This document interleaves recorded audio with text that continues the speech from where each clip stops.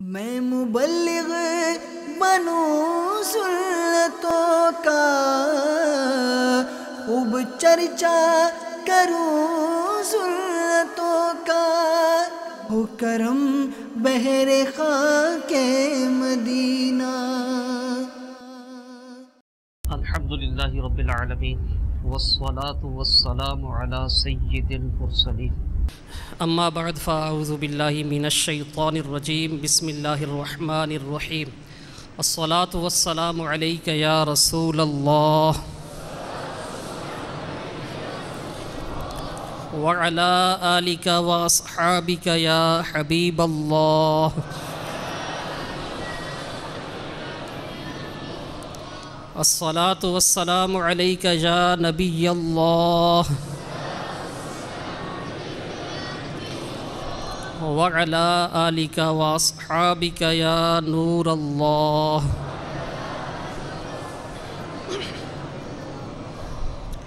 فرمان مصطفیٰ صلی اللہ تعالیٰ علیہ وسلم، جس نے قرآن پاک پڑھا، رب تعالیٰ کی حمد کی اور نبی صلی اللہ تعالیٰ علیہ وآلہ وسلم پر درود شریف پڑھا، نیز اپنے رب عز و جل سے مغفرت طلب کی، تو اس نے بھلائی اس کی جگہ سے تلاش کر لی۔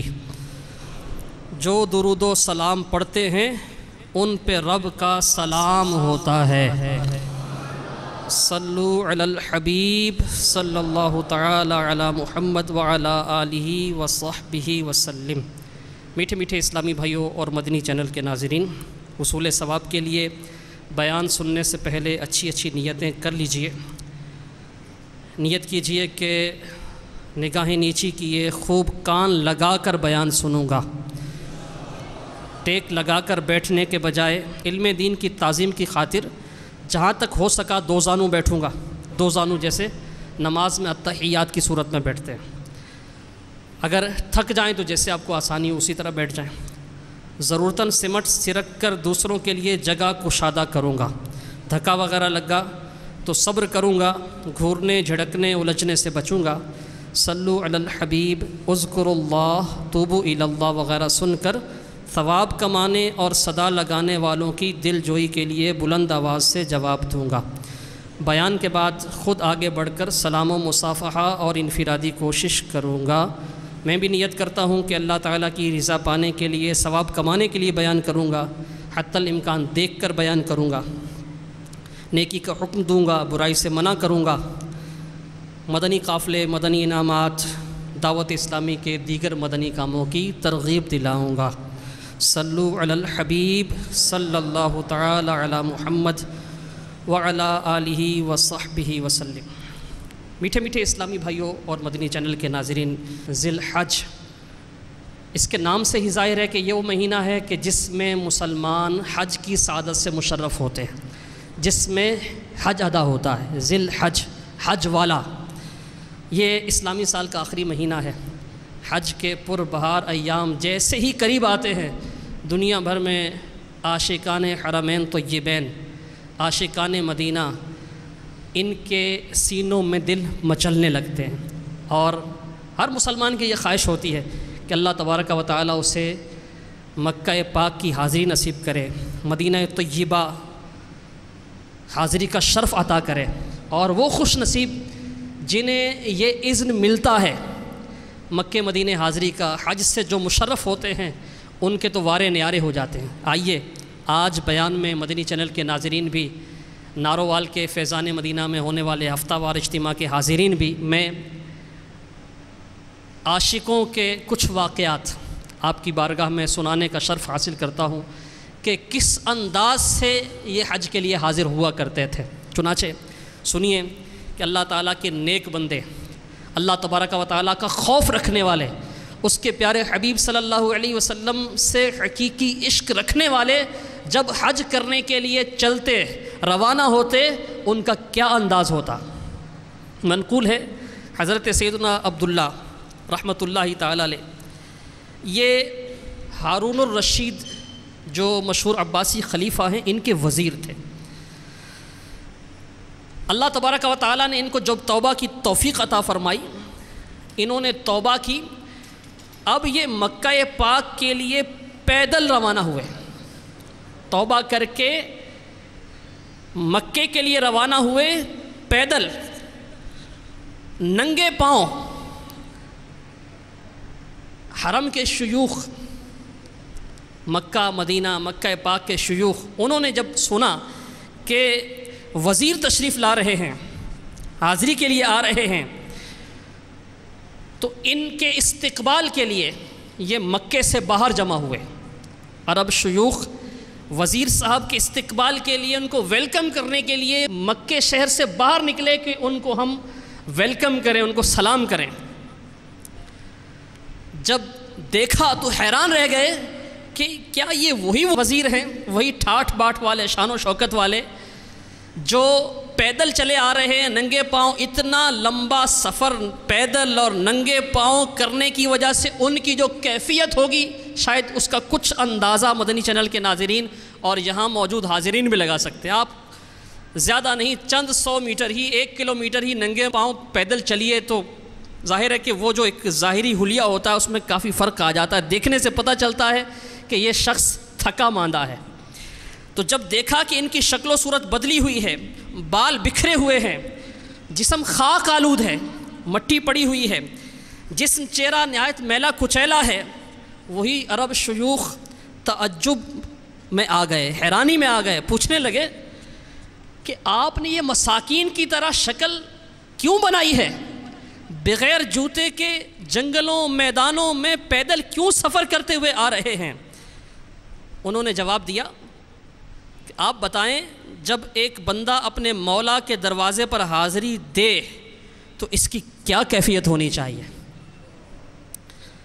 میں پیادہ آ رہا ہوں، پیدل چل کے آ رہا ہوں، ہونا تو یہ چاہیے تھا کہ پاؤں کے بل نہ آتا، سر کے بل آتا، سر کے بل حاضری دیتا۔ جب بندہ اپنے مولا کے حضور حاضر ہو تو اس کا انداز کیا ہونا چاہیے؟ میرے آقا سیدی اعلیٰ حضرت رضی اللہ تعالیٰ عنہ کیا خوب فرماتے ہیں، حرم کی زمین اور قدم رکھ کے چلنا، ارے سر کا موقع ہے او جانے والے، صلو علی الحبیب صلی اللہ تعالی علی محمد وعلی آلہ وصحبہ وسلم۔ میٹھے میٹھے اسلامی بھائیوں، مکہ پاک مدینہ طیبہ کی حاضری یقیناً ایک مسلمان کے لیے، ایک مومن کے لیے اس کی خوش قسمتی کی معراج ہے۔ اللہ تبارک و تعالی مجھے بھی نصیب کرے، آپ کو بھی نصیب فرمائے۔ جو حج یا عمرہ کرنے والا اپنے گھر سے، اپنے وطن سے بیت اللہ شریف کے ارادے سے نکلتا ہے، اگر اس راستے میں گھر سے نکلنے کے بعد جاتے ہوئے اس سفر کے دوران یا واپسی پر اگر اس کی روح قبض ہو جاتی ہے، اگر اس کا انتقال ہو جاتا ہے، وہ مر جاتا ہے، تو اللہ تبارک و تعالیٰ کے ذمہ کرم پر ہے کہ اسے جنت میں داخل فرما دے۔ اور اگر وہ حج کر کے پلٹتا ہے، خیر و عافیت سے گھر پہنچ جاتا ہے، تو اللہ تبارک و تعالیٰ کے کرم سے اجر و غنیمت کے ساتھ لوٹے گا۔ مزید سنیے، جو شخص اپنے گھر سے حج یا عمرہ کرنے کے لیے نکلے اور فوت ہو جائے تو اسے قیامت تک حج اور عمرہ کرنے والے کا اجر دیا جاتا رہے گا۔ جو سفر حج کے دوران، عمرے کے مبارک سفر کے دوران انتقال کر گیا، قیامت تک اس کے لیے حج لکھا جاتا رہے گا، اس کے لیے عمرہ لکھا جاتا رہے گا۔ سبحان اللہ، کتنا مبارک سفر ہے۔ مزید سنیے، جو اس راہ میں یعنی حج یا عمرہ کے لیے نکلا اور مر گیا، اس کی پیشی نہیں ہوگی، اللہ تبارک و تعالیٰ کی بارگاہ میں حساب کے لیے اس کی پیشی نہیں ہوگی، نہ حساب ہوگا، اور اس سے کہا جائے گا تو جنت میں داخل ہو جا۔ اس کی پیشی نہیں ہوگی بروز قیامت، اور اس سے حساب کتاب نہیں لیا جائے گا، بلکہ ڈائریکٹ فرمایا جائے گا کہ تو داخل جنت ہو جا۔ طیبہ میں مر کے ٹھنڈے چلے جاؤ، آنکھیں بند، سیدھی سڑک یہ شہر شفاعت نگر کی ہے، زندہ رہیں تو حاضری بارگاہ نصیب، مر جائیں تو حیات ابد عیش بھر کی ہے۔ سبحان اللہ، صلو علی الحبیب صلی اللہ تعالی علی محمد وعلی آلہ وصحبہ وسلم۔ میٹھے میٹھے اسلامی بھائیوں، آئیے مزید سنیے کہ اللہ تبارک و تعالیٰ کے نیک بندے سفر کو کیسے اختیار کرتے تھے، کس طرح کی نصیحتیں فرماتے ہیں، سفر حرمین طیبین والوں کے لیے کیا فرماتے ہیں۔ ایک شخص نے حضرت سیدنا حاتم اصم علیہ رحمۃ اللہ الاکرم سے عرض کی، مجھے حج کا سفر درپیش ہے، کوئی ایسا ہم سفر بتائیے جس کی صحبت بابرکت کا فیض لوٹتے ہوئے میں اللہ تعالیٰ کی بارگاہ بے کس پناہ میں حاضر ہو سکوں۔ کوئی ایسا ہم نشین ہو، ایسا ہم سفر ہو کہ میں اللہ تعالیٰ کی بارگاہ بے کس پناہ میں اس طرح حاضر ہوں کہ اس کی صحبت کا فیض میرے ساتھ ہو۔ ارشاد فرمایا، اے بھائی اگر تم ہم نشین چاہتے ہو، رفیق چاہتے ہو، رفیق سفر جو تمہارے ساتھ رہے، ایسا جس کی صحبت سے تم فیض یاب ہو اور اللہ کی بارگاہ میں حاضری دو، ارشاد فرمایا تو تلاوت قرآن مبین کی ہم نشینی یعنی صحبت اختیار کرو۔ کس کی صحبت اختیار کرو؟ تلاوت قرآن کی۔ اگر ساتھی چاہتے ہو تو فرشتوں کو اپنا ساتھی بناؤ، اگر دوست درکار ہو تو اللہ عز و جل اپنے دوستوں کے دلوں کا مالک ہے، اور اگر توشہ یعنی زیادہ سفر چاہتے ہو تو اللہ عز و جل پر یقین سب سے بہترین توشہ ہے، اور کعبۃ اللہ کو اپنے سامنے تصور کرتے ہوئے خوشی سے اس کا طواف کرو۔ میٹھے میٹھے اسلامی بھائیوں، یہ ایمان افروز فرمودات، یہ حکایت حضرت سیدنا حاتم اصم رحمۃ اللہ تعالیٰ علیہ کی، یہ امیر اہل سنت دامت برکاتہ العالیہ کی مایہ ناز تصنیف ہے۔ عاشقان رسول کی 130 حکایات اس سے لی گئی ہے۔ یہ بہت پیاری کتاب ہے، عاشقان رسول کی 130 حکایات، یہ ہر ایک کو پڑھ لینی چاہیے۔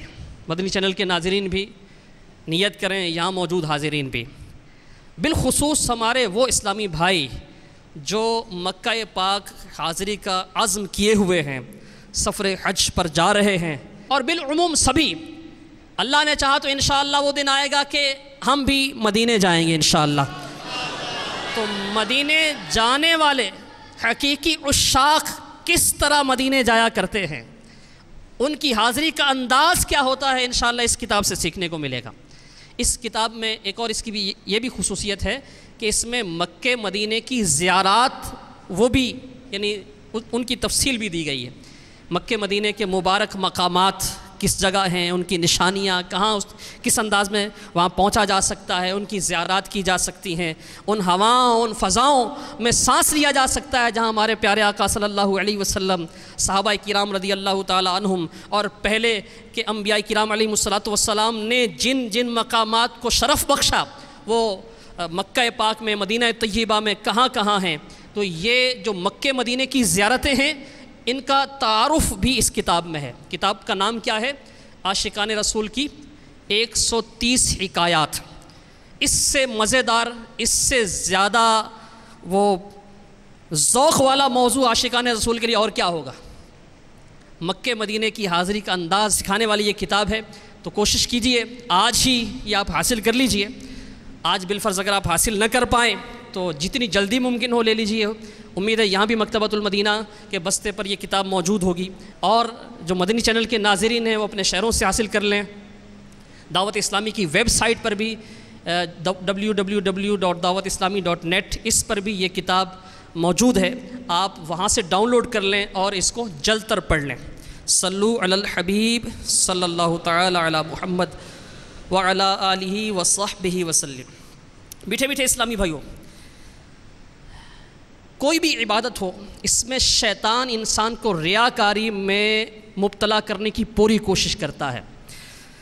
بعض ایسے لوگ ہیں جو ہر سال حج پر جاتے ہیں، سال میں 2 بار بھی عمرے کے لیے چلے جاتے ہیں، ہر سال عمرے کے لیے جاتے ہیں، کئی بار جا چکے ہیں۔ مناسک حج کی ادائیگی سے واپسی پر، زیارت مکہ، حاضری مدینہ سے واپسی پر ان کی زندگی میں کوئی فرق نہیں آتا، ویسی زندگی گزارتے ہیں، نہ نمازوں کی پابندی ہے، نہ گناہوں سے بچ رہے ہیں، اخلاق کردار کچھ سنورا نہیں ہے۔ ایسے افراد کو بالخصوص غور کرنا چاہیے کہ آخر کیا وجہ ہے کہ بار بار کی حاضری کے باوجود ان کا انداز تبدیل کیوں نہیں ہو رہا۔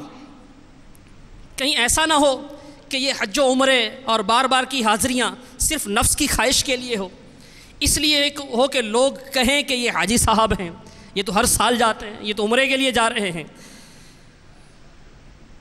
لوگوں کی نظر میں کثیر حج و عمرہ کرنے اور عابد و زاہد کے نام سے متعارف ہونے کی خواہش یہ بڑی سے بڑی مشقت کو بھی آسان کر دیتی ہے۔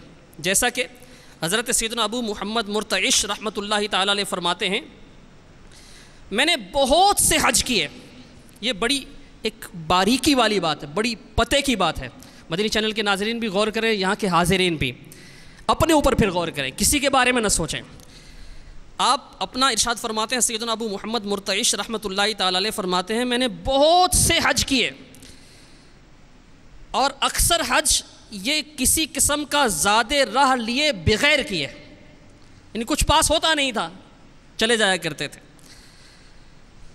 پھر مجھ پر آشکار ہوا، یہ بات ظاہر ہوئی، یہ بات مجھ پر منکشف ہوئی، کھلی، کیا کہ یہ سب دھوکہ تھا، نفس کا دھوکہ تھا۔ حج کتنی بڑی عبادت ہے، کتنی بڑی عبادت ہے، مالی عبادت ہے، جانی عبادت ہے، زبردست مشقت ہے اس میں، اور جس نے حج کر لیا اس کی فضیلت بیان ہوئی کہ وہ ایسا ہے گویا آج ہی ماں کے بطن سے پیدا ہوا ہے۔ میدان عرفات میں حاضر ہوا تو اس کے سارے گناہ جن کا تعلق حقوق اللہ سے وہ معاف ہو گئے۔ مزدلفہ میں حاضری، حقوق العباد کی معافی کی بشارت، اتنی زبردست عبادت۔ آپ فرماتے ہیں کہ بہت سے حج کیے لیکن بعد میں یہ بات کھلی کہ یہ سارا نفس کا دھوکہ تھا۔ کیسے؟ فرماتے ہیں میری ماں نے ایک بار مجھے پانی کا گھڑا بھر کر لانے کا حکم دیا، ماں نے حکم دیا کہ پانی کا گھڑا بھر کر لاؤ۔ اب ہر کوئی اپنے بارے میں غور کرے۔ ارشاد فرماتے ہیں کہ میرے نفس پر یہ حکم گراں گزرا، مجھے ناگوار گزرا، یہ گھڑا بھر کر لانا مجھے ایسی مشقت لگی کہ جو میں کر نہیں پا رہا تھا۔ حج مجھے آسان لگتے تھے، حج کی مشقت کئی گنا زیادہ، اخراجات، آنا جانا۔ پھر جنہوں نے حج کیا ہے آج اگرچہ بہت سہولیات ہیں، اس وقت سے اگر موازنہ کریں تو زمین و آسمان کا فرق ہے۔ اتنی زیادہ سہولیات ہونے کے باوجود حج میں کیسی مشقت ہوتی ہے، جنہیں اللہ تبارک و تعالیٰ نے نصیب کیا وہ جانتے ہیں۔ فرماتے ہیں کہ میں نے کئی حج کیے لیکن نفس پر گرا نہیں گزرا۔ ماں نے پانی بھر کر لانے کو کہا تو نفس نے مشقت محسوس کی کہ یہ ایک مشکل کام ہے۔ تو فرماتے ہیں میں نے سمجھ لیا کہ حج کرنے میں نفس کی لذت تھی، لوگ تعریف کرتے ہیں، یہ لذت تھی۔ میرے نفس نے مجھے دھوکے میں رکھا۔ اگر میرا نفس واقعی فنا ہو چکا ہوتا تو یہ ماں کا حکم ماننا میرے لیے مشکل نہ ہوتا، ماں کا حکم ماننا میرے نفس پر گرا نہ ہوتا، مجھے دشوار محسوس نہ ہوتا۔ میٹھے میٹھے اسلامی بھائیوں، یہ جو حکایت بیان ہوئی اس کا ہرگز مقصد یہ نہیں ہے کہ آپ رحمۃ اللہ تعالی علیہ نے اپنی ماں کا حکم نہیں مانا۔ آپ کو تھوڑی مشقت محسوس ہوئی اور یہ بھی آپ کا تقویٰ ہے اور آپ کا بلند مقام ہے کہ آپ نے اس ایک حکم پر جو مشقت ہو رہی تھی ماننے میں، اس سے اپنے لیے نصیحت پکڑ لی۔ میٹھے میٹھے اسلامی بھائیو، الحمدللہ عز و جل، یہ دعوت اسلامی کے مدنی ماحول کی برکتیں ہیں کہ حج کے فضائل بھی بیان ہو رہے ہیں، حج کیسے کیا جائے عاشقوں کے انداز بھی بیان کیے جا رہے ہیں، اور سبحان اللہ عز و جل اخلاص کا درس بھی دیا جا رہا ہے۔ امیر اہل سنت شیخ طریقت حضرت علامہ مولانا ابو بلال محمد الیاس صاحب قادری دامت برکاتہم العالیہ، آپ اللہ تبارک و تعالیٰ کی بارگاہ میں ملتجی ہیں، عرض پیش کرتے ہیں، اخلاص کی بھیک مانگتے ہیں۔ کس انداز سے کاش اللہ تبارک و تعالیٰ امیر اہل سنت کے صدقے میں، آپ کے اخلاص کے صدقے میں مجھے بھی مخلص بنا دے، ہم سب کو اخلاص کا پیکر بنا دے۔ کیا عرض کرتے ہیں؟ میرا ہر عمل بس تیرے واسطے ہو، میرا ہر عمل بس تیرے واسطے ہو، کر اخلاص ایسا عطا یا الہی، آمین بجاہ النبی الامین۔ صلو علی الحبیب صلی اللہ تعالی علی محمد وعلی آلہ وصحبہ وسلم۔ میں مبلغ بنوں سنتوں کا، خوب چرچا کروں سنتوں کا، ہو کرم بہر خاک مدینہ۔